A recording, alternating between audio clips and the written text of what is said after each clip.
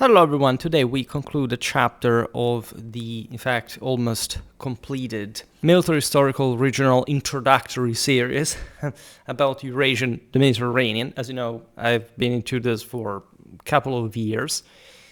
We split the chapter on Far East Asian warfare altogether between the 11th and the 14th century, which is the core probably of these episodes, into three, and we finally arrived to the arms and armor, mostly the iconographic, the archaeological evidence, probably basing ourselves, like describing this regional warfare, that it's enormous, or just the fact that it includes China itself. I still have to finish. The last is really the one about India, that for some reason also you don't watch.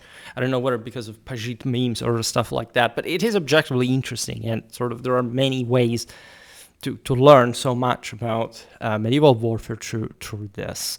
As you know, I have a little series about medieval Japanese warfare going on. We like sort of the last part. And then, of course, I have other stuff on medieval Chinese warfare also for the specials and so on. So we are really going pretty far and wide, while, of course, we mostly stick to European history for different reasons. I recently also made a video about the Sasanian Heptalite Wars. But today we will conclude this, speaking in fact of the whole of this picture, essentially China, Korea, Japan.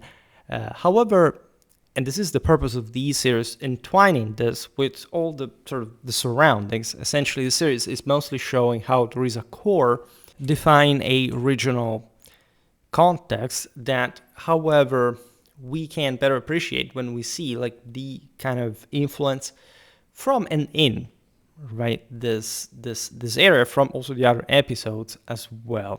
All right, we've seen how, for example, Japanese warfare is much more influenced by the steppes than Chinese one, which already is massively influenced by the steppes, but it seems as if, and this is an interesting mechanism also in some parts of Europe, that, you know, the sort of the fringe element circles around a little bit the main civilization. It's a bit like saying, I don't know,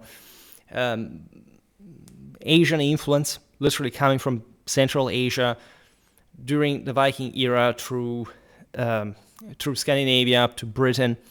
We know that. Think about the old Spangenhelm construction, its survival mostly in this northeastern fringe of Europe. Similarly, the Japanese had lots of these war bands. It's all very well documented to a degree as a comparable dynamic also in Europe with, I don't know, Turkic burials and the Turkic looking also arms and armor in places like Sweden and so on. We'll cover that stuff at some level. Here it's relatively similar, right? There is a massive sort of set of tidal waves routinely emanating, not just from the steppes in this way, but from, of course, the main civilization that, let's stress it, the steppe mostly depends on, right? If we rightly emphasize how, in many ways, steppe's influence has been relatively downplayed, you know, on our history books, like rather than saying things like we never studied the Byzantines, but we actually did. Like, actually, as Westerners, we are the only people who actually studied, you know, Byzantine history since it was termed Byzantine, in fact, in the Renaissance. And it's not true that nobody ever studied that. Maybe it wasn't presented to you in sort of compulsory education in a dignified manner, but I doubt that that is true for any other history for that matter. And to an extent, at least from a narrowly Western perspective, it is sort of peripheral, also for the way the Middle Ages are generally treated on top of that again.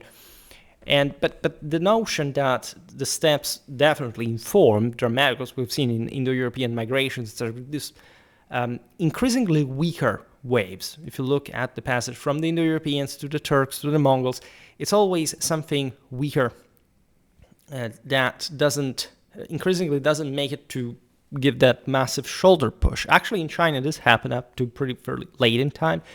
In Europe, not much, if not, probably in some parts of Eastern Europe that weren't, however, properly even directly controlled. In China, it's really another story. But what we forget is that great part of steppes arms and armor, the famed Saka cataphracts, for example, were a product of very specific reactions to sedentary people's technology. In that case, as we've seen also in a dedicated video, the Macedonian army of Alexander the Great, right? And so it's sort of when you're this is very important in this day and age. Like when the West looks at itself, there are this apparent sort of civilizational crisis and so on. The main issue is realizing that we give so much for granted civilization that for a minimal thing that changes in proportion to it somewhere on the fringe, we're somehow all shocked and, oh my God, we're collapsing. The West routinely does that, right? It's something we have seen also, I don't know, in the mid-'80s.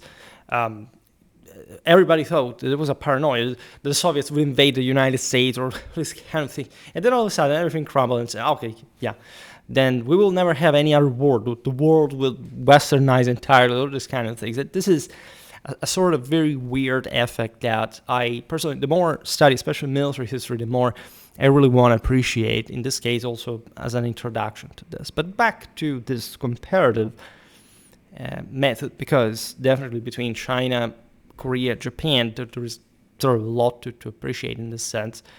In the by the way, Southeast Asia is included in the medieval Indian warfare series, so you will see that better in it. In the Goguryeo, the term is quite indicative. Goguryeo, 37 BC, 668 AD, one of the three kingdoms of Korea.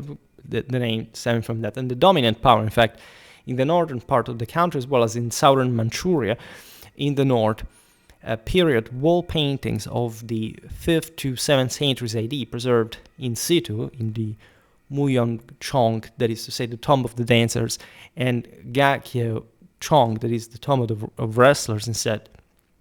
In fact, tombs at Ji'an in Jilin province, China, formerly the Goguryeo capital of Tunggu in Manchuria, in tomb number 1 at Masienku, and also in Manchuria in this Sangyong tomb of the Twin Pillars in Kangso's South Pyongyang province, North Korea, and in the Anak tomb number 3, the famous three-chamber tomb at Tunggu. The Koreans, to make the long story short, are shown using, of course, their array of arms and armor, horse armor.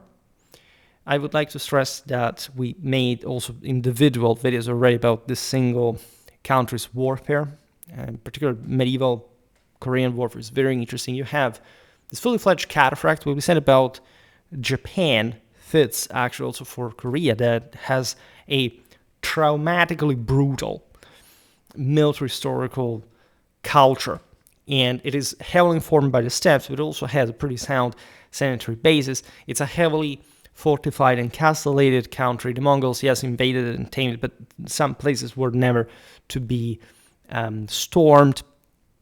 And so you have this heavily seigneurial feudal basis.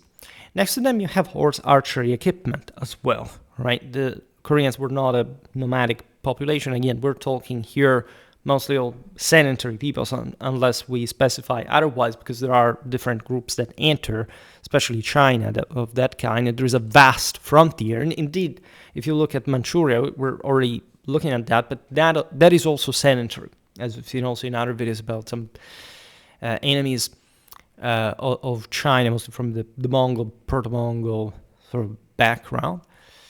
We see horse archery because, of course, not just you have to cope with the nomads of the steppes, but you have to hire some of them. And in general, there is a lot of archery involved in Asia for different reasons that, if anything, at some point we will explain better.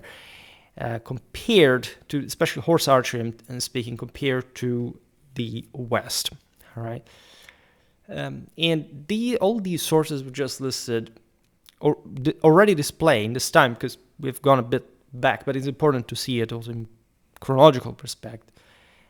All these display a very distinct national Korean style at the time that is largely maintained throughout the Middle Ages. Now, at this date, remember, we're essentially in the early Middle Ages, Chinese influence remained quite limited. You want to appreciate that. The clearest parallels are instead with the Buddhist art of Turco-Mongol Central Asia, especially the Tocharian Sogdian cultures of the Tarim Basin and the early Turkic steppe.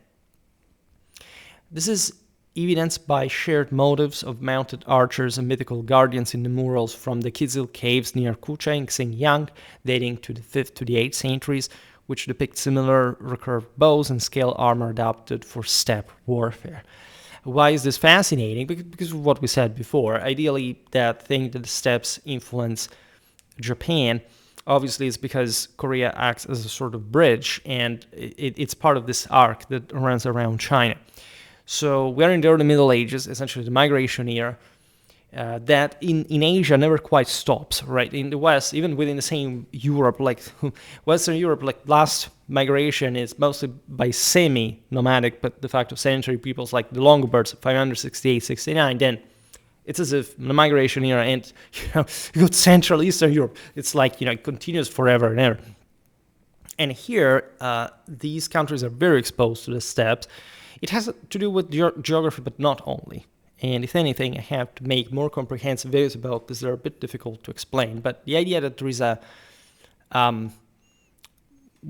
it's mostly political, moral, ethnic. The Turco-Mongols had been historically ghettoed by the Indo-Europeans extremely far northeast in Asia, right? Basically, almost the entirety of the steppes were controlled by the Indo-Europeans. When those northeastern populations instead sort of explode, they are quite dominant for a long time, even though they came to control so largely other Indo-Europeans to stiffen their ranks. And many of these peoples, as we've seen also through the ethnic descriptions of their life, think about the Kyrgyz that were red-haired according to the Chinese and all that stuff. And that is quite interesting for what we just said, because if you look at the Tocharians, the Sogdians, that they were described as that as well. They self-portrayed themselves still by the early Middle Ages, when also the Turks took over, as probably the whitest people possibly out there.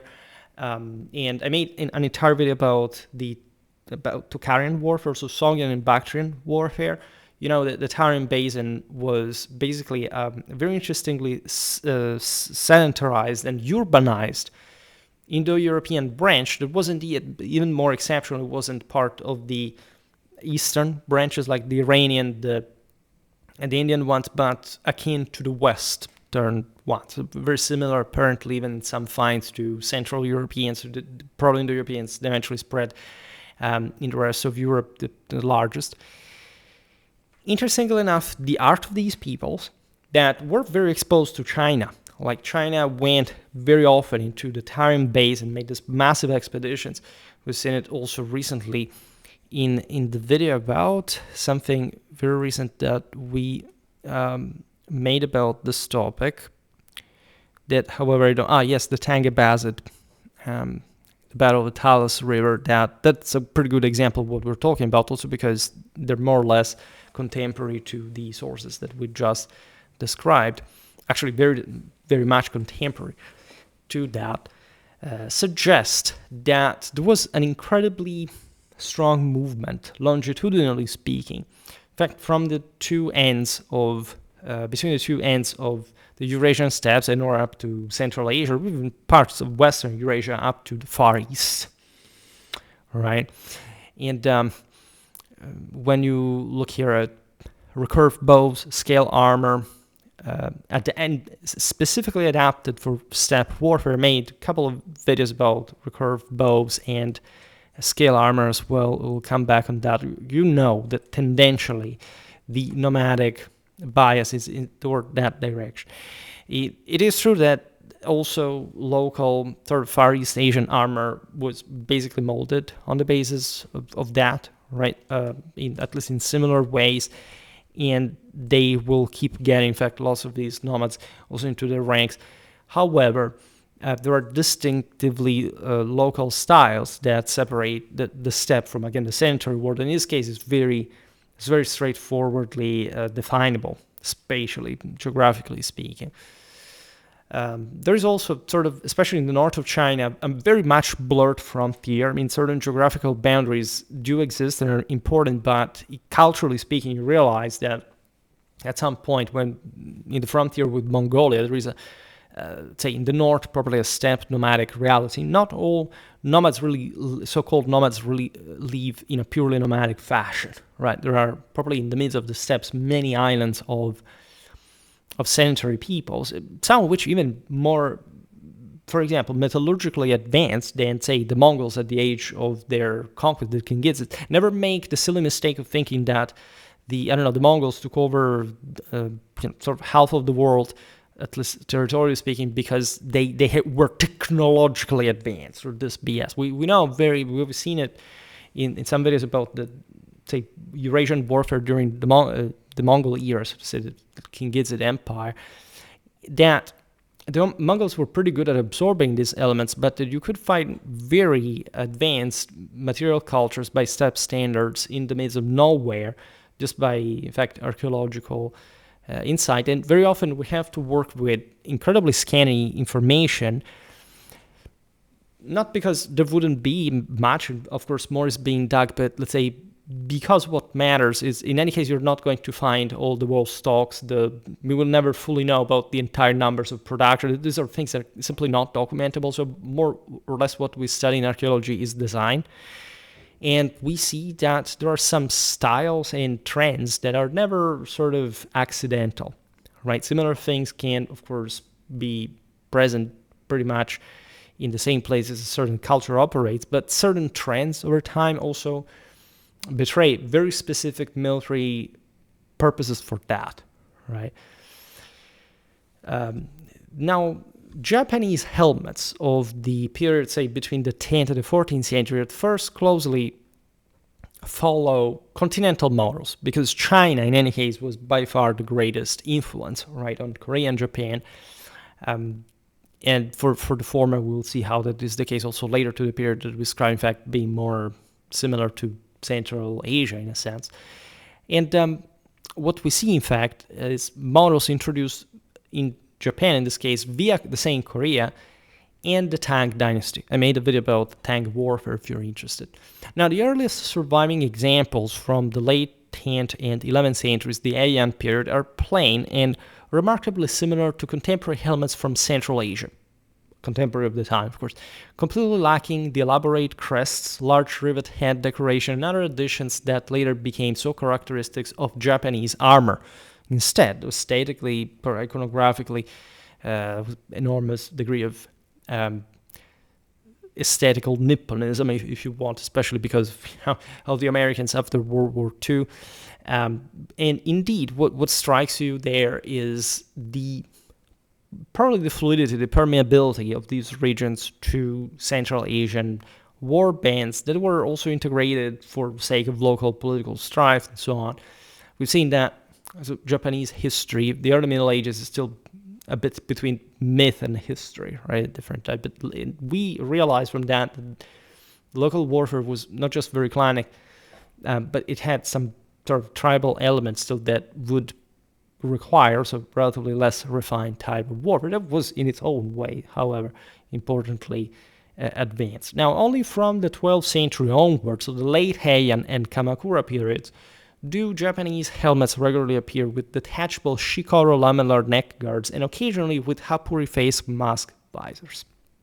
This having likely to do with a dramatic development in combined armed tactics in Japan. As we've seen in a series about Japanese warfare, there was a lot of state building happening, and in this sense, there was a much increasing specialization, a better sort of enucleation of a feudal elite and other sort of arms accompanying it. So what you imagine sort of more stereotypical medieval Japanese military aesthetics takes place exactly at this point. It was a moment of great ferment pretty much all across Eurasia, as you know, also in Europe, but we were developing dramatically at this point, very, very tumultuous and bloody ways, but still in fact forging a very precise standard. By the 14th century, that is to say the Kamakura and early Muromachi periods, the typical Hoshibachi knob bowl helmet makes decorative use all large rivet heads that hold the plates of the bowl together, while Suji Kabuto ridged helmets and helmets bearing enormous crests become common, which is something similar to what happens also in the West. All right, there are splendid crests, ever more sort of ornated, even probably materially. Well, they weren't particularly heavy or anything, but they were ever more apparent, because the 14th century witnesses, together with the greater crisis of the Middle Ages, this contraction of the system with a more sort of elite than the other elite, so to say. There's a lock of the aristocracy in many countries, and therefore the higher nobility becomes much better identifiable. And in fact, you understand that this panoply becomes ever more expensive to a degree, but it also signals that, in this case, like the various Japanese clans had begun to institutionalize in a much more readily identifiable way. Like later Middle Ages is sort of when what we start commonly calling heraldry appears, even though the subject is mostly like an early modern thing starting from the Renaissance. Now, a single piece iron helmet of probable northern Chinese manufacture from the early or mid 14th century Yuan period, 1271-1368, when China was ruled by the Mongols, by the way, and I made an entire series about that, their warfare, once fitted with a fabric or fabric-covered neck guard and carrying abundant silver decoration on the bowl, continues an older stamp tradition. So that even with this important knightly development or reinforcement of armor, etc., there are still these evident nomadic influences on Far East Asian warfare, especially in the fringe. Numerous other helmets, many recovered from Tibetan Buddhist shrines after the Chinese so-called cultural revolution, 1966-1976, belong to the 13th to 16th centuries, reflect Yuan and earlier Mongol styles. All right, I also made, obviously, at this point, a video about medieval Tibetan warfare that is also quite important because Tibet maintained a quite archaic type of warfare up to probably contemporary era. And as such, like what you see as even maybe just an 18th century armor is almost identical, basically what would have been used even, I don't know, in the 7th century AD, right? And obviously the most elite, best preserved, but say we know that the designs were pretty much everywhere, in Far East Asia, especially in the actual fringe, like the border with the steppes. There were incredibly sort of poor materials like bones, even wood, like to make. And we know that because lots of peoples from sort of the Tungusians they still famously use this kind of armor. Anthropologists managed to photograph them in time already by the beginning of the 20th century. There's nothing really strange. I mean, in the Caucasus, there were medieval knights still with chainmail armor using muskets, but at the onset of World War I. So there is really nothing strange about this, and if anything, we will dive more in this kind of curiosity more than else. But it's just for saying how close and sort of how directly available and even readable, right? Actually positively reconstructible these models are. And things are not dramatically different. Like these videos are always made with a very specific philosophy in mind. That is to say, even though, of course, we are here to look at the difference, we can do that exactly because mostly the bases were extremely similar, right? They were all essentially pre-industrial civilizations of important sort of sanitary development, and more or less they all fought in similar ways, something that, especially the more time went on, wasn't the case, especially with industrial revolutions and so on. Now, again, talking about these helmets from Tibet, some have small frontal peaks, others are built or riveted or stitched iron segments. Others, again, show direct riveted construction or leather stitched construction of a kind already known in early medieval Central Asia and even the Ukrainian steppes. So again, literally have the full longitudinal extent of this. Tibetan warfare was very much influenced by the Turks of Central Asia, but for medieval times, they were, in this case, as you know, quite military, sort of feudal culture with this in fact, warlike monastic centers well locked behind sort of the massive mountains of Central Asia, the Himalaya massifs and so on. That allowed, in this sense, not just for raids all across, like into China, into Southeast Asia, but also like the preservation of that very culture. Virtually impossible at the time to simply occupy Tibet, right? Fortunately for them. Now, fierce military culture, fierce. Japanese laminar body armor of the classic ō-yoroi, that is to say great armor type, developed for high-ranking mounted samurai, begins to appear in the 11th century. This is a bit, again, the beginning of some sort of heavier sort of armor development. It's all very gradual. Again, things are also differently balanced from the West. As you know, Japanese actually had less sort of not many metals to begin with in their islands. That's also why they created an empire later on in history. But the type of warfare was also quite sort of socially differently segmented, socially wise. It's difficult now to simply trace a parallelism with the West, but we notice, however, in spite of the differences, that these kind of gradual increases sort of in the heaviness of armor accelerate, especially from the 11th century onward. Still, say by the 12th, it's not like much had changed from the previous times, but in the later ones, as we've seen, that there is a further acceleration. A splendid early example of these classic ō-yoroi, great armor types, a Kasidario Doshi ō-yoroi, specifically preserved at Sanaja Jinja Shrine and traditionally said to have been worn by the famous warrior leader Minamoto-no-Yoshitsune, that we talked about, 1159-1189, a key figure in the Genpei War, a bit like the Wars of the Roses in Japan, 1180-1185, whose tactical brilliance is immortalized in the Heike Monogatari epic, already displays the dense silk lacing and rich decoration typical of the form. Silk is still used today to make anti-projectile armor, so they had naturally understand the cost even behind this for the elite.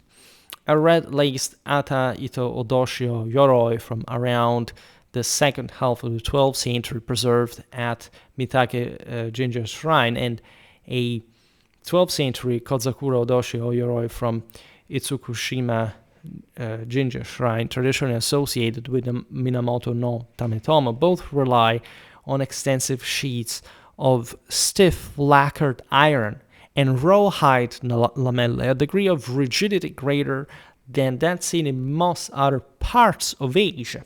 Why this? Well, this is an interesting question. Essentially, China and Korea, even though we've said that the last was a very brutally feudal culture as well, were essentially more cohesive. Say with China it's obvious, with Korea you can have a debate about it, but in general they had been more politically coagulated and steadily advanced historically than Japan. Japan was also, for obvious reasons, kind of isolated. In this period, actually, you have the same Mongol and Korean invasion, because, of course, they used Korean auxiliaries, etc. There's all an interesting naval history behind that.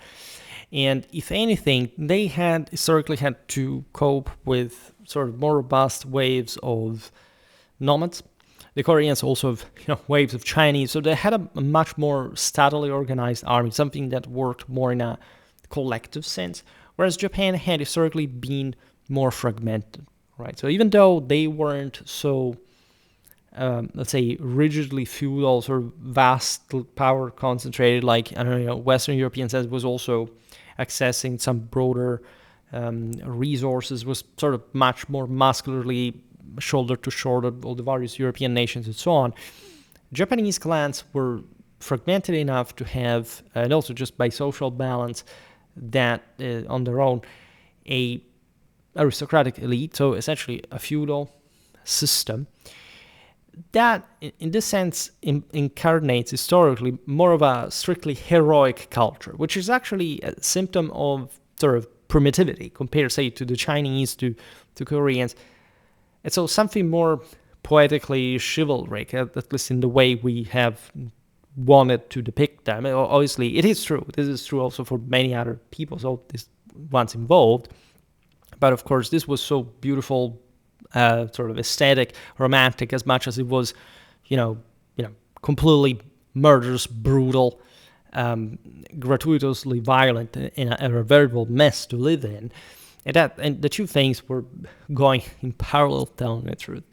And so that's why, paradoxically, the Japanese that are sort of less developed culture developed instead this more elite core, because also the rest of the organization, as we've seen in the videos about medieval Japanese warfare, of some more collective levies on, it's something that was actually tried by Japanese emperors, but fundamentally collapsed. And ultimately, it was mythologized a little bit in political terms, because, again, myth and history go in parallel, especially in the early times, but the idea of a substantially strong imperial authority and also shogunate in a more unitary direction, it was mostly nominal than sort of effective. So it's not like Japan sort of collapsed at some point, but it kept sort of developing on the basis of some feudal backbone, right? Of these armor, we also have 14th century examples with later phase, such as the Akaito Doshi ō-yoroi from Kasuga Jinja Shrine, and the armor dated to the second quarter of the 14th century from a temple in Tamba province said to have belonged to Ashikaga Taeuji, 1305-1358, founder of the Ashikaga shogunate, we also discussed. This is interesting because it would be sort of the peak armor of some of the most expensive times in medieval civilization, also in Japan, just before the mid-14th century crisis. This type sometimes add an apparently solid or plated chest piece, a bit like, the plate armor as was essentially spreading in the West. Though, again, it's different in structure, etc., but dynamically, it's the same identical thing. Retaining low helmets, by the way, with lamellar neck protection and carrying huge crests as well. Simpler, though maru cuirasses, originally for foot soldiers and lower-ranking warriors, in fact, were worn by ordinary troops, while small Nadawa throat defenses of almost fused lamelle and coat vambrasses for the lower arms provide more restricted protection than the arm defenses current in Central Asia, Tibet, the Turco-Mongol influenced Middle East, and Eastern Europe even, right? This because Japan was less exposed to the less directly exposed to the hails of Arabs of the steppes, right? And actually things had, and this we're talking the lower degree troops, but that's interesting because in other countries, also because of the affluence of some sort of more stratified societies, lower strata, maybe just equipped by the state, not because they were particularly militarized, you have in that sense more protection. But as we explained, Japanese warfare had historically been some sort of more self-contained affair. Right. Many of these Japanese armors survived, by the way, only because they were donated over the centuries to Shinto shrines and Buddhist temples, a practice that until the destruction wrought by the Chinese Cultural Revolution, because, again, we find them also in the continent, was also widespread, in fact, in Tibetan monasteries. And so through them, we realized that this stuff was not present just in Japan, but as a matter of fact, even though you could literally have Japanese armor ending up in Tibet, right? There were some Japanese errant knights that did actually move, as much as we've seen there were steppes once that came there at some point. We understand that what was eventually wiped out by communist subcultural inferiority was largely probably what would have been seen in medieval times, also in places like China. In the Mongol, Yuan, and Tibetan sphere, body armor was noticeably softer and more flexible, reflecting the demands of extreme mobility on the steppe, but also larger bodies of troops that privileged collective training over heavily armored, at that point just elite, because nobody could even equip everybody with heavy armor to begin with. And we know that this is even truer in the open steppes, when literally you don't even have armor to an extent, or you have something very sort of, softer, but effective in relative terms to the necessity, in fact, of sort of essentially suppressing the enemy just out of the sheer volume of arrow fire, right? And so collective tactics and massive amounts of horse archers that in that sense were not very good at hand-to-hand combat, if not against one another. A complete hardened leather lamellar cuirass from a Tibetan private collection, although not yet radiocarbon dated that I'm aware of, follows a style and construction method that reaches back to at least to the 13th century. It opens down to the back and shows the peculiar feature of reverse lacing beneath and around the back of the shoulders, interestingly enough. This was relatively universal. It's a bit like the type we were discussing before for Tibet.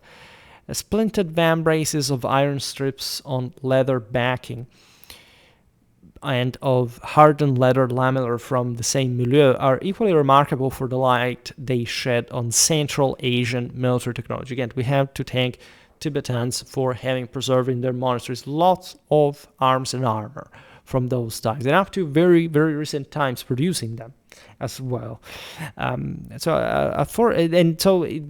are very similar also in this era, 13th, 14th century, to the Mongols, right, to the Kingizits, to the Yuan. A 14th century Chinese copy of a late century Tang manuscript, the 18 Songs on a Nomad Flute, Wuja Shibapai, depicts Turco-Mongol horsemen wearing long, narrow lamellar armor, probably of metal, though possibly of hardened leather as well, that corresponds in almost every detail to armor shown on Mongol warriors in early 14th century Iranian art among the Ilkhanids, demonstrating how little basic armor forms change on the steppes over centuries, as we were just saying before. This makes a lot of sense. There wasn't much of a great political, social, technological change. The armies reflected this at large. Designs survived also well into the contemporary era. Horse armor was, as we've seen, already present in the Goguryeo tomb paintings. In a Chinese scroll painting of the 11th to the 12th century by Li Gonglin, who lived roughly between 1049 and 1106, showing Uyghurs, the Turkic people of the Tarim Basin by that point, paying homage to China. Right, two horses wear full caparisons consisting of highly decorated chamfrons topped by a fan of feathers, together with a crinette for the neck, a peitrol for the chest, and a crupper for the rump, all probably made of heavy felt covered with decorated fabric. There was also a lot of symbolism attached to different orpels, used by these eminently equestrian cultures. The sort of little bells ringing through sort of heavenly wind during the horse gallop. That there's all a particular worldview behind that concept. Tibetan monastery collections preserve isolated peitrols and other elements datable on silicic grounds to the 14th, 15th century. For comparison, Ji'an, Ming Era, 1368-1644, as well as a highly decorated piece that may be either a true flanchard or simply a rigid reinforced saddle flap, offering some belly protection to the horse as well. This again is relevant because this is the equivalent of knights, right? There is, as you have understood before already, a sort of standard design for armor, right? Then this armor can be also composite to a degree. Flanchards are this piece of armor that protects the thigh or leather, say, or sort of a covering for a horse's flank. It's commonly used in battle and horse riding for obvious reasons, pairing the flanks, because also the tactics of the era were mostly based on outflanking, especially the heavier type. And in fact, this is the point. The average horse archer would have not had, not even in the sanitary world, that, as you say, provides with this stuff also on its own, even a full armor per se, right? But whenever there is, like when you look at padded armor to metal, the designs are pretty similar. They're actually identical. And so it's mostly just about the material. Mostly can be leather, can be metal, and so on. We've seen this also in the prescriptions of the various Mongol classes of recruitment.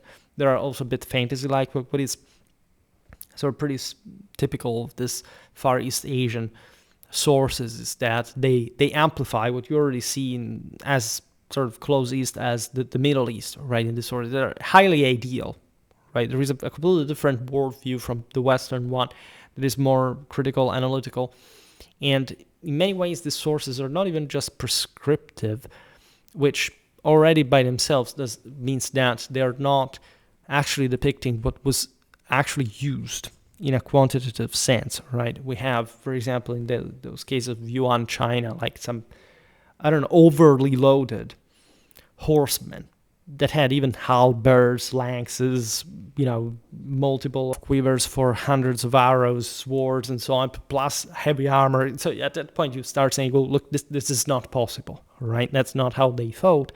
One thing is having a corredum of some sort, and it is absolutely possible that those who had sort of so much wealth and power would have with their retinues lots of other stuff that they brought together with them. But the way it is described is more ideal. It's more like saying, we issue this because we want to show what we are across all kin, everything under heaven, right?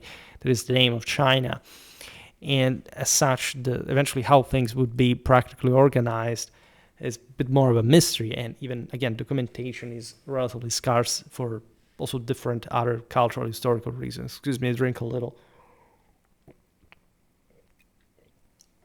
The point here being, though, that definitely the same design of horse armor was employed out there, and they would really vary in heaviness depending on the part, also in the era, because as you know, also in the West, basically heavy, properly metal armor covering the entire horse is with mail at some point. We don't even distinguish in the West sometimes from sculptures whether that's supposed to be mail or leather or whatever, but starts appearing at the end of the 90s, say better, I was saying the 19th century, of the 13th century. It lasts 2 decades actually, just like double-handed swords, just like sort of more sort of habitual plate armor, sort of uniform in Europe, basically, from the appearance earlier on in the century. So you have indicators that are strikingly similar all across Eurasia regarding the gradual enucleation of an elite at the expense of other strata of society, even including the same aristocracy, and so probably the change of civilization, right? Now, when we look back at these armor from the Tibetan sort of later Middle Ages, some horse armors used the same long, narrow lamella as rider armor. Others appear to be leather lamella beneath a decorative covering. This was also done very often for also just reasons of distinction. But there is some proto-heraldry connected with that. We've seen also in videos about 15th century Islamic Indian knights were very much influenced by Central Asian styles at that point. Everything was very colorful, as you see also from the iconography. China has a dramatically advanced iconographic set since the High Middle Ages, and it provides us, as you've seen here also in the images, with some incredibly detailed and also artistically beautiful depictions that, unlike the ones we have in the West, for reasons that are also archetypal, and that we'll explain better also for Western art at some point. Now, shields took several forms in this broader videos era. Northern Zong, that is to say 906, 1127 Chinese foot soldiers, and on an 11th century ceramic tomb pillow carry tall, almost rectangular shields. This you want to appreciate as a typical anti-horse archery measure, especially from the steppes. I am I can't tell what I'm writing about to publish in a very famous place that you will probably read, but I'm describing essentially the role of development of shields in this also rectangular form, mostly for the need of covering, forming properly these walls behind which you could, projectiles couldn't pass. Like these are not fully rectangular, but they tend towards that because they're wider and they have to catch projectiles rather than sort of being, making you more agile into hand-to-hand combat. In general, Wu is more trained to be pretty good in melee, is also more heavily armored, and so it has actually smaller shields, and they tend to envelope the person, even when they're big. Right? This is the case a bit also for the pavise, for example. Nobody really fully understands how you can define it, especially in the earlier era, because people think that pavise is some sort of mantlet or think that you have to fix it in the ground. It was univocally rectangular, that it was either flat or concave. There were all kinds, and we loop too much on categorization definitions. The sources simply tell us that not being like that.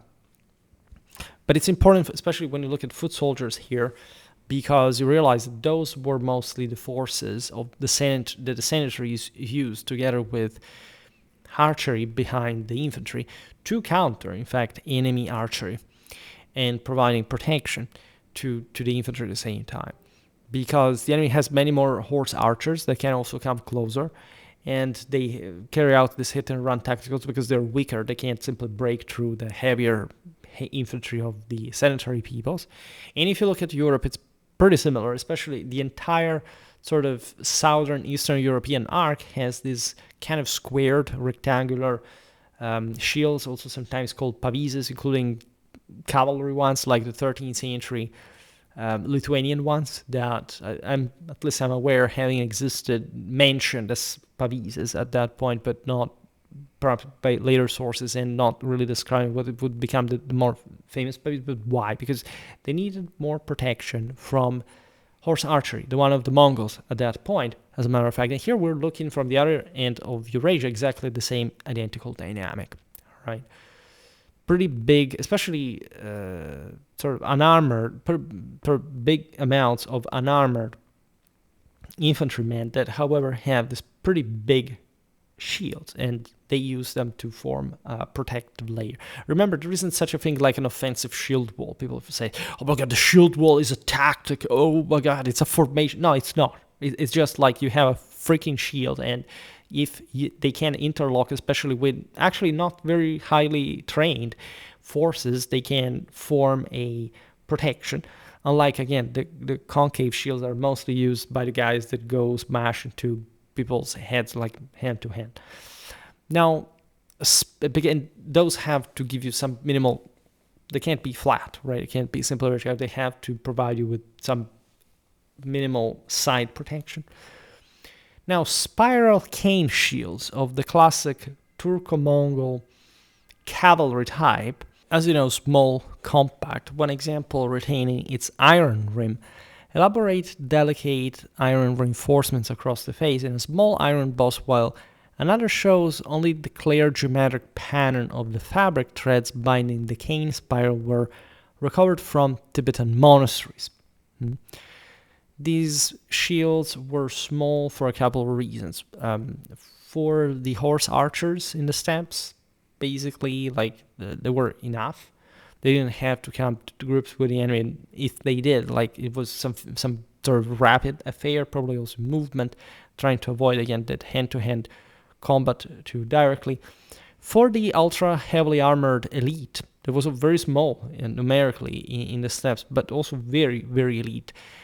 This smaller shield was necessary just instead for that hand-to-hand combat, but mostly to add some other sort of tool to cope with the enemy, but mostly maintaining the those have that sort of solid metal boss, but they you had so much heavy armor in you that wasn't quite the thing just for protection. It was just for pairing, right, in different ways.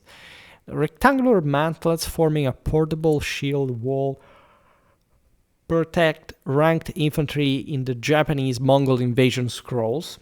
The Mako Shurai Ekotoba, very famous, dating roughly to 1292, We partially analyzed them in the videos about Yuan art as well, because they depict both the Japanese and the Chinese, the Goryeo allies, and so on. And there you see something more like, again, a stationary, proper mantlet, like a portable shield, like also some later pavises would conceptually be. Because of the bigger and encumbrant size, not the most typical one. Headgear that may conceal or replace helmets appear in the same Li Gongling scroll, interestingly enough. There were some compact head protections, padded, felt caps, and so on. They were quite common among the tendentially more lightly armored auxiliaries from, again, places like Korea or other frontier areas. The Uyghurs wore tall plumed headdresses that might either cover actual helmets, because that at times was the case, or themselves constitute highly decorated helmet forms. Also in Europe at some point there were some frames in sort of strong, more resistant material beneath the caps. The heavy coats that are displayed by the auxiliaries may conceal armor beneath, or may be the soft katanku dagel, later typical of Mongol troops as well. Composite bows remain the principal missile weapon almost everywhere. This is kind of obvious. There were crossbows, as we'll see now, but in general, that sort of was more straightforward, especially for the more military active peoples, because also, like the same Mongol conquest of China proves, it's basically the army was made up, the core, the field, the mobile field army, like by tribal people, so from the Mongols themselves. And so militias could have used, well, crossbows, but also crossbows were of different capacity.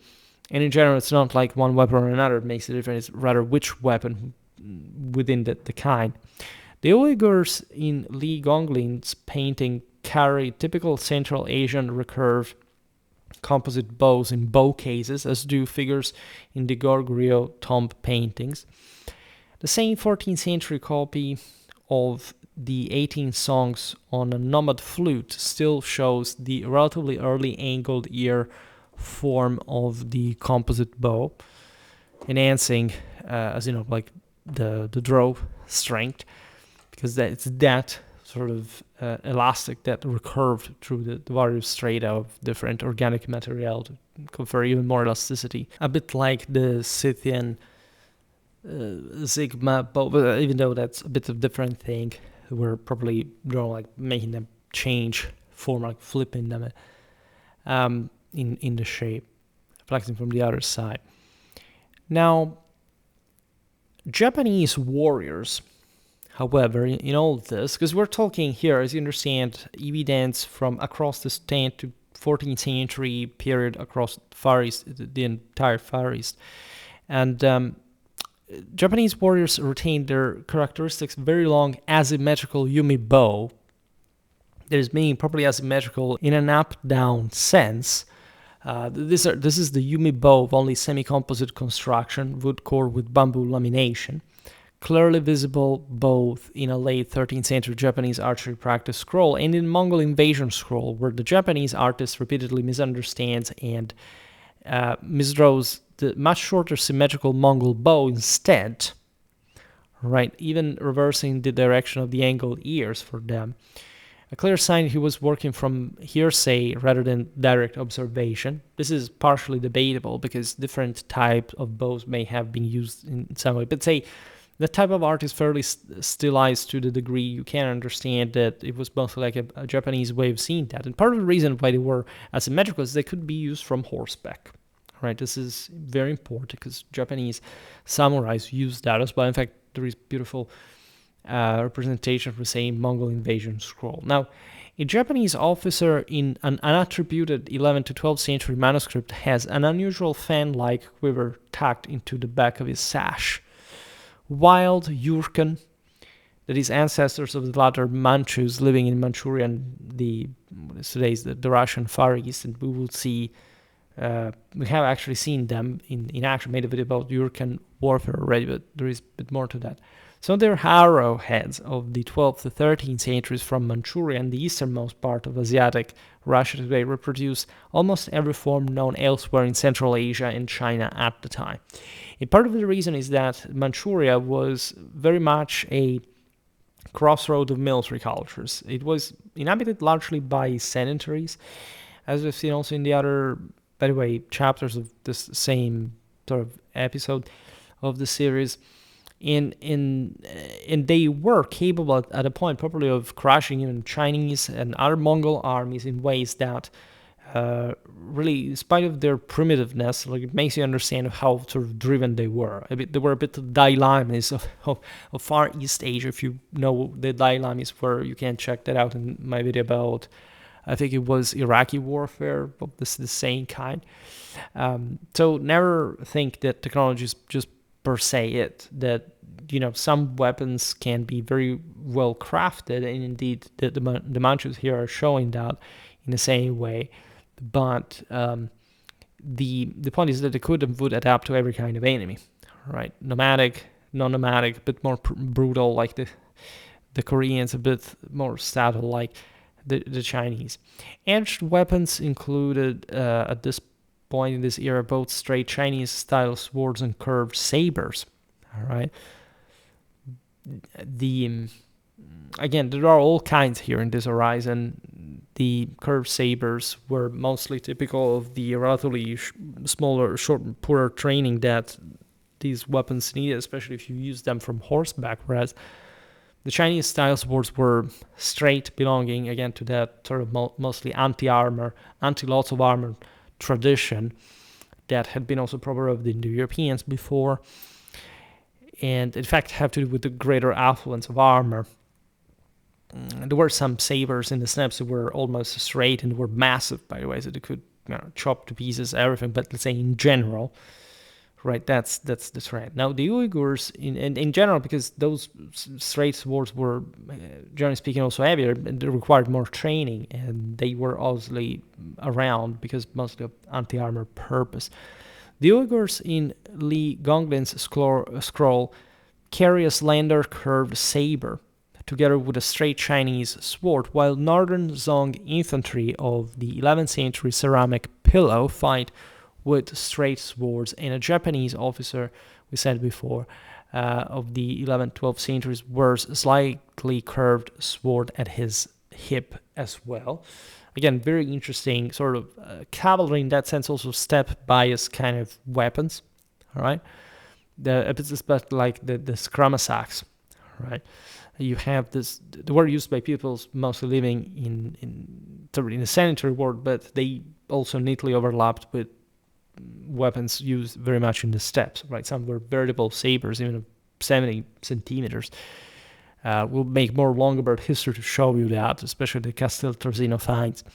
Now, the so-called wild Jurchen weapons of the 12th to the 13th centuries from the Tungusic region include probable javelin heads and spearheads, several of the latter bearing distinctive hooks that later became typical of Mongol weapons as far west as the Rus.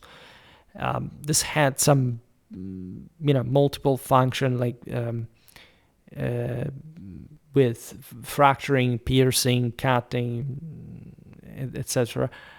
And these pieces continue to show a mixture of indigenous Northeast Asian, Turco-Mongol, Central Asian, and Chinese influences, even though the main Ji'an dynasty, Jurchen state in northern China in 1115-1234, had by then adopted almost identical equipment to its Chinese predecessors. In fact, we have seen also in the video about them that they had developed a very interesting amount of infantry together with their cavalry. Many of them were equipped with these so-called Chinese halberds that in many ways were useful in different circumstances. It will explain in that video how we think things may have actually worked. In any case, it shows also that there wasn't much just a merely nomadic horizon, especially in the frontier with China.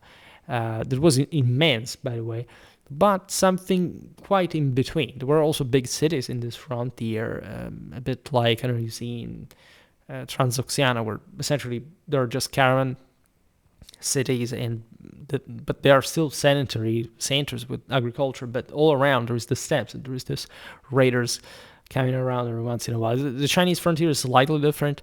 It's slightly less urbanized in that sort of Karen sense, because Karens did pass mostly through Central Asia as opposed to the north. But it's a similar thing. There are peasants, there are levies, and they cope with nomad enemies all the time. A wide range of Chinese staff weapons and pole arms was recorded in the Wu Jing Zongyao military encyclopedia compiled in 1044 under Emperor Renzong of Zong, surviving today in a 16th century copy that appears to be a reasonably faithful reproduction of the original. Among them are Qiang spears, maces, pole hooks, so-called scratch spears, projecting spears with pommel, bladed spears with pommel, axes for chopping hands, and the pear flower spear, fire lance with an incendiary cartridge attached. So many of these purely Chinese forms, because we don't really see them, at least documented everywhere, reappear centuries later in late Mongol and 15th century Iranian, Turkestani, and Azerbaijani manuscripts. You can check out my video, in fact, on Western Iranian and Caucasian Eastern Caucasian warfare. In any case, when you look at them, this strongly suggests that these weapons were essentially carried westward by the Mongol conquest themselves from China, right? This is debatable to an extent. We'll explain now how or why. We see one long hafted axe-like weapon already in 11th-12th century Uyghur hands in Chinese sources, by the way, as well as in 15th century Islamic manuscripts carried by horsemen. The staff weapons wielded by the demons in Yan Hui's scroll painting of the first half of the 14th century are likewise purely Chinese in origin, yet later appear in Mongol period art as well. What explanation do we give at this? So first of all, China was overwhelmingly advanced from a technological point of view, to say the least, right?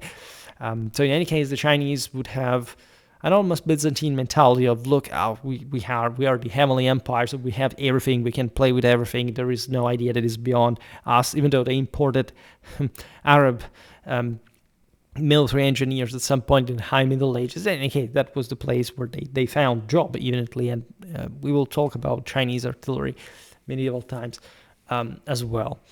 And now we will see also about sort of siege gout powder technology. The thing of the pole arms is a bit more complicated. First of all, we understand that since antiquity, the so-called Chinese halberd was there, right? Unlike in places like Rome, we think that even our medieval pole arms were something more or less evolving from, late antique migration in our Germanic weapons, but it's somehow very debatable in general.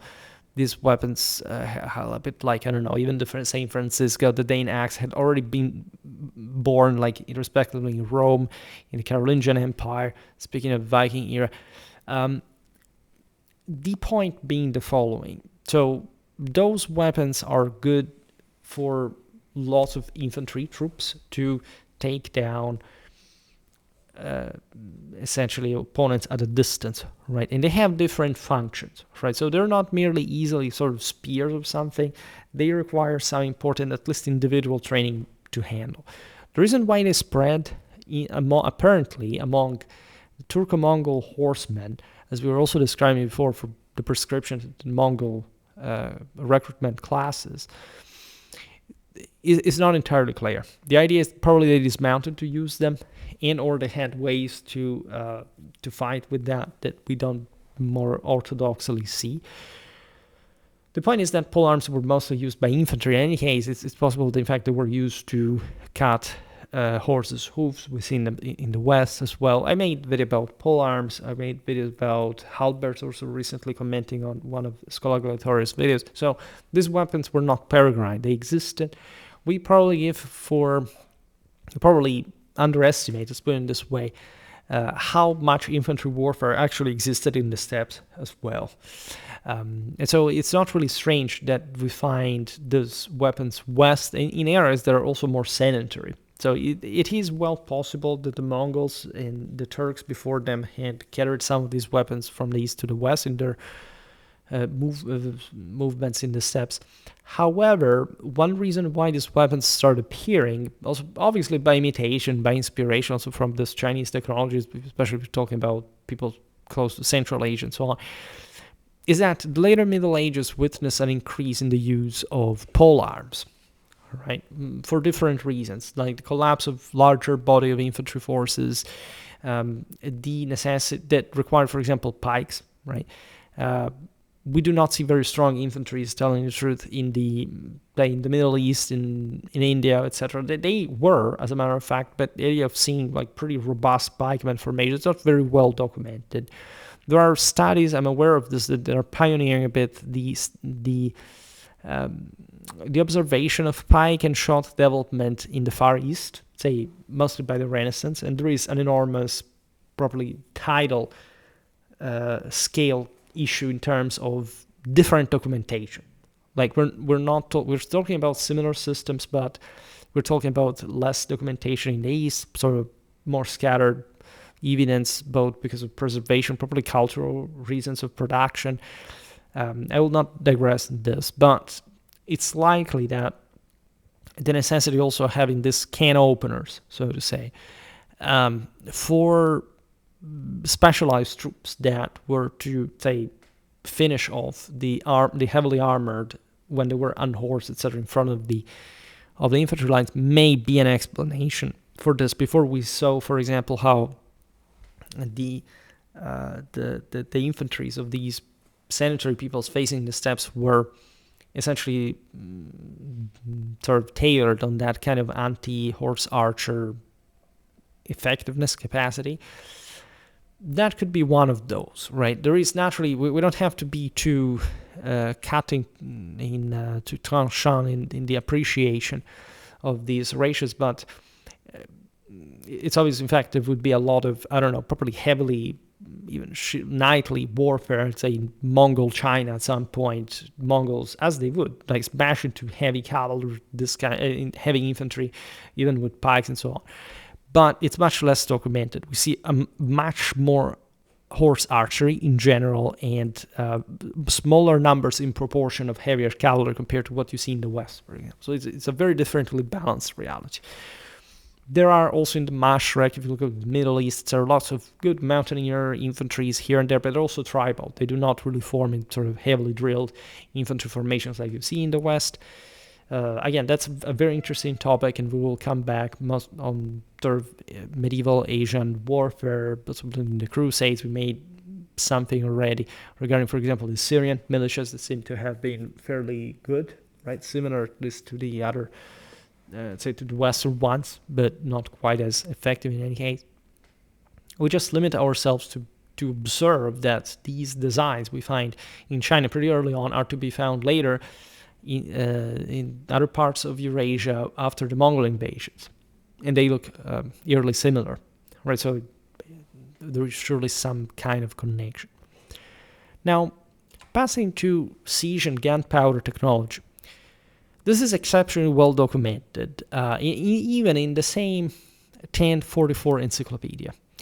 Thunderstick and night-pronged thunderstick, rolling or wheeled retrievable incendiary explosive devices, wheeled protective sheds, and the sharp-toothed wooden donkey for miners and gate breakers, mobile iron-headed rams, raisable and lowered wooden screens, nest carts for observation and shooting, hungry falcon carts for pulling down enemy works, single-pole whirlwind mangonels, cart-mounted whirlwind catapults, large 4-footed 7-component traction trebuchet, and an unstable battery of 5 whirlwind mangonels, massive tribal bow arquebulistas panned by a windlass, almost identical, by the way, to the 12th century Khmer elephant mounted weapons that we've seen in the videos about medieval Vietnam, and the thunderclap bomb ignited by metal brands of the same type, later known in 14th century European as touche.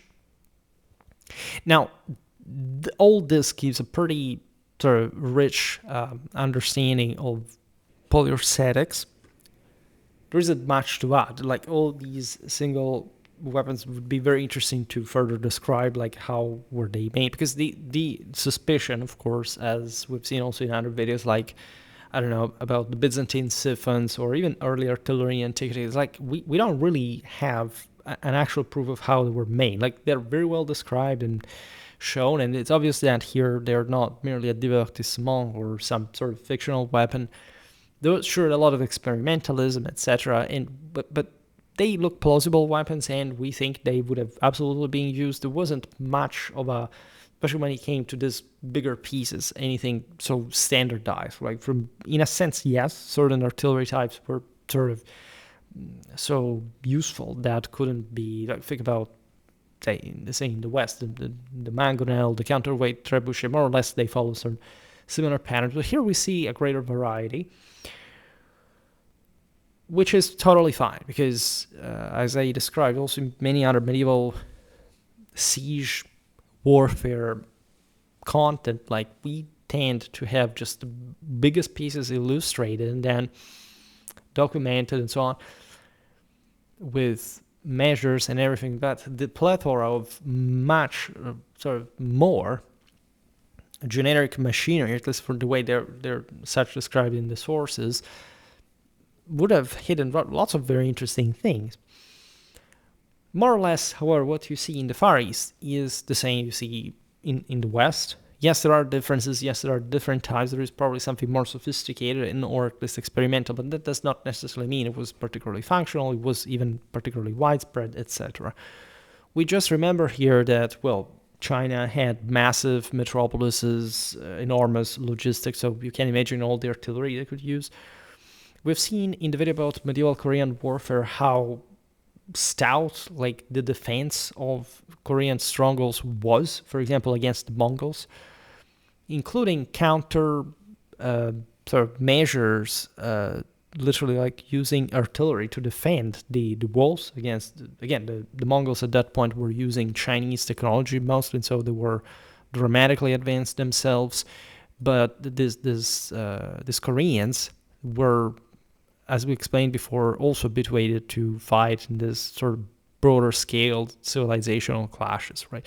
Probably the ones who lagged behind in all this were predictably the Japanese. And we'll talk, if anything, about Japanese artillery in this period better, but we are not very well documented to begin with, so it's to a degree is speculative. A separate song drawing of around 1135-1145 by Cao Xuan illustrates the man-powered traction mangonel used across China and Central Asia. Before we mentioned the Kuchan, at least like the Tocharians of the Tarim Basin, the Kuchan culture in those rural cities, or all around the outskirts of the desert of the Tarim Basin.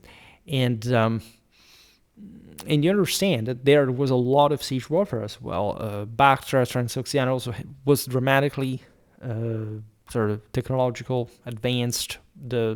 Actually, the top philosophers, scientists, and so on of the so-called Islamic Golden Age came from there. It may have had historically something to do with broader contact also with other Eastern civilizations.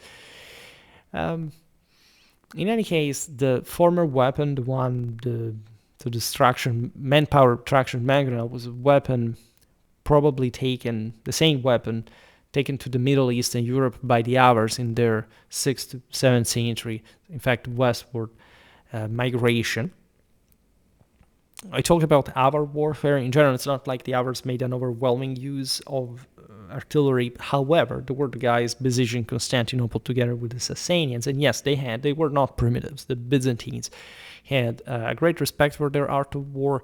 They considered them in the Strategicon essentially the most advanced of the barbarians, so to say, and they likely had this very heavy Chinese influence. I also made a video about the properly Avar origins, ethnogenetically, but showing how the Rouran Corps had been fighting a lot against the Chinese, and so there was something there also against the Chinese fortification, etc., that had prompted these peoples to use this kind of mangonels. By the way, as we said before, this is wide frontier northwest of China where there's a lot of experimentalism, lots of meeting grounds of overlapping capacities. The Yurkens used lots of infantry, also lots of artillery. These are all cultures that eventually influence the guys next door, such as the King Kizids later on. Now, the earliest surviving true metal cannon barrel that I'm aware of, at least, because I'm sure like research has gone forward already. A small cast iron Ji'an piece of the earlier mid-14th century measures just over 47 centimeters in length with a caliber of 10.5 centimeters. This, even in terms of finds, is very similar to what we see also in the West. In fact, the close resemblance of many Song weapons and machines to contemporary or slightly later, even Byzantine and Islamic examples, demonstrates extensive technological exchange across Eurasia. Yet, overall pattern of evidence indicates that China was the source of more innovation than it received at this point, because it hadn't been the case previously in, say, the high Middle Ages. Again, the Arabs had the upper hand for a while, apparently. This is fascinating because chronologically we're there, the same window also with Europe, right? Europe also, at least the most famous cases, we made lots of videos about early artillery in Europe. We also wondered a little bit about the prehistorical artillery that would have been used at that point in the decades prior that we have no idea of, but that eventually would have been there. So we think from the late 13th century, artillery, in fact, already existed. So that's the prehistorical one, relatively to its documentation, or non-documentation in this case. So we're looking essentially at the same generations with the West. We're also, in terms of actual pieces, yes, mostly like also in the West, we have initially the smaller pieces available. Not just because they were more common, but because we can think also that the bigger ones that already existed were re-melted or something. The fact that in the Byzantine world, in the Islamic one, we find less artillery is also fascinating, and compared to the West. We've seen it also in here with lots of videos. Have, again, a medieval artillery playlist even by this point. And we explained why. Like, Europe was overall a much more sort of compact, like in per capita developed, sort of entrepreneurially, mercantilistically oriented, technologically advanced overall at this point, and industrious and rich place. We made a lot of war against one another, as a matter of fact. There's also these other peoples in general, but we had more stable states. There was sort of all, even within probably the ensuing crisis of the mid-14th century, all a pretty robust civilization that basically withstood that massive crisis. The same is valid for China.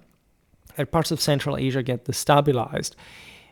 As we said before, we can't easily compare, even when talking about firearm technologies, Europe with China, because evidence is so different that it's unfair to try to attempt something like that. However, we do know, first of all, that Europeans used more explosives in general, like they smashed more than set it on fire was the Chinese case. We've also been fed the myth that the Chinese invented, gunpowder for fireworks. They made a peaceful use and terrible European. No, right? They used to kill people. My explanation since ever has been that China was, since it was normally more politically cohesive, had sort of less internecine clashes, at least in a castle by castle case, unlike in Europe. All right. And in general, the Chinese had probably much less fortifications within China as opposed to on the frontier, right? So the idea is that there was less stone fortresses inside China as opposed to Europe, it was entirely fortified. And so they needed more, say, incendiary devices, for example, than explosive ones. Naturally, also the Chinese used guns to smash city walls. And again, they had massive fortifications there. And so it doesn't quite add up as a simple explanation. But in terms of greater distribution of these fortifications, this seems to be the case, right? We'll talk also about Chinese castles. This is a topic you never quite hear. You hear about Japanese ones, for example, even though there were something more modest, even architectonically, engineeristically speaking, and so on, than in China. However, it's what we said before. The Japanese were all fragmented like in a feudal world. China was tendentially more united. People were sort of more subjected to rule. And so this idea of having, again, a castle every step of the way, which is what basically the Mongols not found out the hard way when they arrived at the borders of Germany, or even sent some detachment across the Alps, is something, and in fact, is particularly divided from what happens in east of this, even within the same Europe. All right, it was already particularly fortified. Also, if you take, I don't know, Poland, Hungary, and even the Rus, like, it's not like they were kidding regarding that, but it's different from Western Europe. So it's this is interesting, because I presume that in general China was at this point piloting the pioneer, so to say, towards the later Middle Ages, probably firearms technology in Asia as a whole, comparatively, and Europe was the other end, because most of the states in between were failed states, unlike, I don't know, the Caliphate during the High Middle Ages, right, where in fact they had sort of apparently the top polyurcetic technology, siege warfare technology. Finally, we can look at numerous Tibetan bow cases. Oh, Schwerpunkt, what you look at? Well, yeah, spiral cane shields, hardened leather lamellar cuirasses. Imagine Schwerpunkt amidst all this stuff, like in a huge armor or something like that. Splintered vambraces, helmets, and horse armor elements emerged from Tibetan monasteries only, again, after the dreaded Chinese so-called quote-unquote cultural revolution. Just one of the single most murderous chapters in the history of mankind. Just as many early Japanese armors have been preserved for centuries in Shinto and Buddhist shrines, a parallel of pious donation that has proved crucial for the survival of this material. And so what we've seen today in this great armory is something between the 10th and the 14th centuries. The arms and armor of Korea, Japan, Northern China, the Yurchen, the Uyghurs, the Tibetans, the Mongol Yuan realm, continuing to draw heavily on a shared Turco-Mongol Central Asian tradition, grafted on a previous sedentary one. Right? This video is not really to explain, for example, how the biggest engine here, that is Chinese civilization, was heavily informed by Turco-Mongol warfare. I mean, it's obvious that China at some point was taken over by the Mongols, and that it historically had parts of itself already being ruled by Mongols and even Turks. However, never in the sense underestimate the backbone in the sense of century. China is a bit more difficult to document for different reasons. Also because in China, basically everything is more sclerotic in terms of courtly representation, the arts, etc. Like they are much more coming straight from the top, right? Whereas in Europe, we have a more homogeneous, sort of individually more liberal way of doing things. And so we find also more down the line details and so on. The greatest problem in studying Far East Asian warfare is fundamentally this.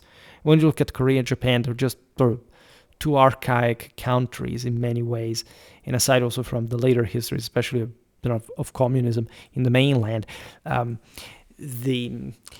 knowledge is just reduced. It's just smaller. So unfortunately, in China there was plenty of stuff, but just fucking animals decided that to destroy everything, just to start to rebuild literally temples from scratch, because they realized it was too stupid, and this is how subculturally inferior and subnormal, like definitely communism is at every level, and impossible expression on the same.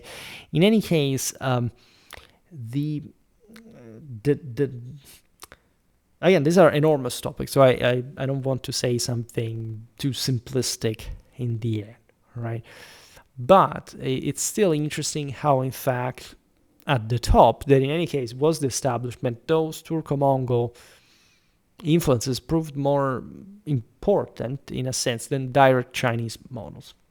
While it's obvious, for example, the Chinese siege and early gunpowder technology in turn spread outward along the same routes to transform warfare across the entire continent, even to a degree. So this is also for the Mongols. This video was not about the Mongols, by the way. That I already have an entire playlist on, and as I said before, we already partially covered that as even a standalone regional series about the entire sort of Eurasian steppes. It was a bit the exception of the world, but it really deserves during the Mongol era, what we know from the entire region controlled by the Mongols at some point. It's a straddling part of these ones that we have seen today. And that shows, in any case, the projectional capability, in fact, of those Turco-Mongol. So even they're just like upgrades or even downgrades of previous military cultures, because as we said before, all these steppes waves actually dilute their own force. They're maybe even more cataclysmic, like the Mongol one was the bigger one, but how much did actually remain of that across? It's not like we recognize, I don't know, a Mongol country outside of Mongolia. All right, it was at the end of the day a bit like the Caliphate as well. Like, actually, that today we talk about Arab countries, of countries that are not in Arabia, because of mostly cultural, religious things, but linguistic ones as well. But in this sense, what you see in the East is perhaps, like, especially in the West, we're obsessed, as we said before, with this. Oh my God, the waves of the nomadic conquerors, the Mongols, where we heavily overestimate them. I mean, we underestimate certain aspects of their warfare, and we sort of overestimate others, and so that's never good. And I make these videos exactly to provide with that kind of sort of basic bulk of information we can sort of agree on, sort of rely on as well, eyeballing them to a degree, but also doing so just through diachronic and comparative method, which is the only one you actually have to get to any kind of these conclusions. So I'm really glad that we have here at least partially exhausted our series that we had started, because there are some branches of the cycle that lasted forever in a sense, and they are almost coming to an end. And I actually started this stuff earlier because I had these chapters and I had to finish them, but it's too big. I can't say Far East Asian warfare in just one video, so I made 3. The same goes for India, because we never really made so much about medieval Indian warfare, but it is interesting, and there are similar issues with that. And that is in some cases underrated instead, but also not so developed as others would like to see. But every time I make a video about medieval Indian warfare, you don't watch it. I'm trying to dilute it to make the bigger hits, not just for the sake of themselves, but in the channel, but just to have bigger hits, not to lower the views when I have to make this videos that are becoming, in this sense, the engine of my production. Oh well, but we have really a lot of stuff incoming, and I'm really glad, especially to manage, if I can, to balance the cycle / because this year the algorithm changed and everybody was dissatisfied on YouTube. It's a real thing. It's now very well documented and ascertained. And I began to make specials because I realized that otherwise I wouldn't get all the views that we really need to go on in a decent way. So the point fundamentally being that we are doing cooler stuff, paradoxically, to keep views up, right? And we are growing, expanding as a channel in ways, in fact, that we didn't quite immediately realize or understand, but we are ending up doing the right thing. And this video, by the way, I knew that it would get sort of a normal amount of views because you like this stuff, and there is also not much out there online, but I'm very glad to make this medieval Asian warfare because again, it gives you depth This is the actual reason why I do it. It's not like I have to do it because I have to cover who knows what. It's just, in part, it's personal culture. I do it for this reason. But for example, here in Medieval Asia, I made 125 videos. And again, I'm very glad to have done that, as a matter of fact. And we're going to continue, because we first of all have to finish certain parts of the cycle that are directly about this, and after that I don't know what we'll be doing. Probably we'll expand on more dog stuff, because these branches are more encyclopedical, and then that's forming the backbone, and then we pass to the rest, and at some point, like I don't know, we will expand definitely, mostly as a military historical encyclopedia. Please don't sabotage the Indian stuff because of the dreaded internet memes. I know that's quite a thing to an extent, but believe me, it's interesting, right? It's not like we talk about the cool stuff, right? And I think this opens a bit like one's mind in general, not because it's foreign stuff, but because in any case you have to know, if you want to understand warfare, there is no way but extending it to the broader possible picture, because it's only at that point that you can give a proper weight, a proper evaluation of certain chapters, like of our own history. Like you wouldn't understand medieval European warfare so well if you didn't study this stuff as well. And so that's the thing that I'm doing, as a matter of fact. Again, we're going ahead. We just surpassed 30,000, as you know. Again, support the channel. If anything, share it, because people have no idea that I exist, and especially with all the AI slop around, it becomes ever more difficult to say I'm in the visibility spot now, but let's say in general, like I don't know how it's going to evolve. I'm not going down, but it may always happen that something wrong goes. Again, the algorithm this year was terrible. Last year we did much better, and for some reason, again, we find ourselves not to struggle, but to be at a point where that we hope we would have surpassed already. All right, and it's not easy making videos on YouTube. Fortunately, it's like at least that remains fixed and even increasing.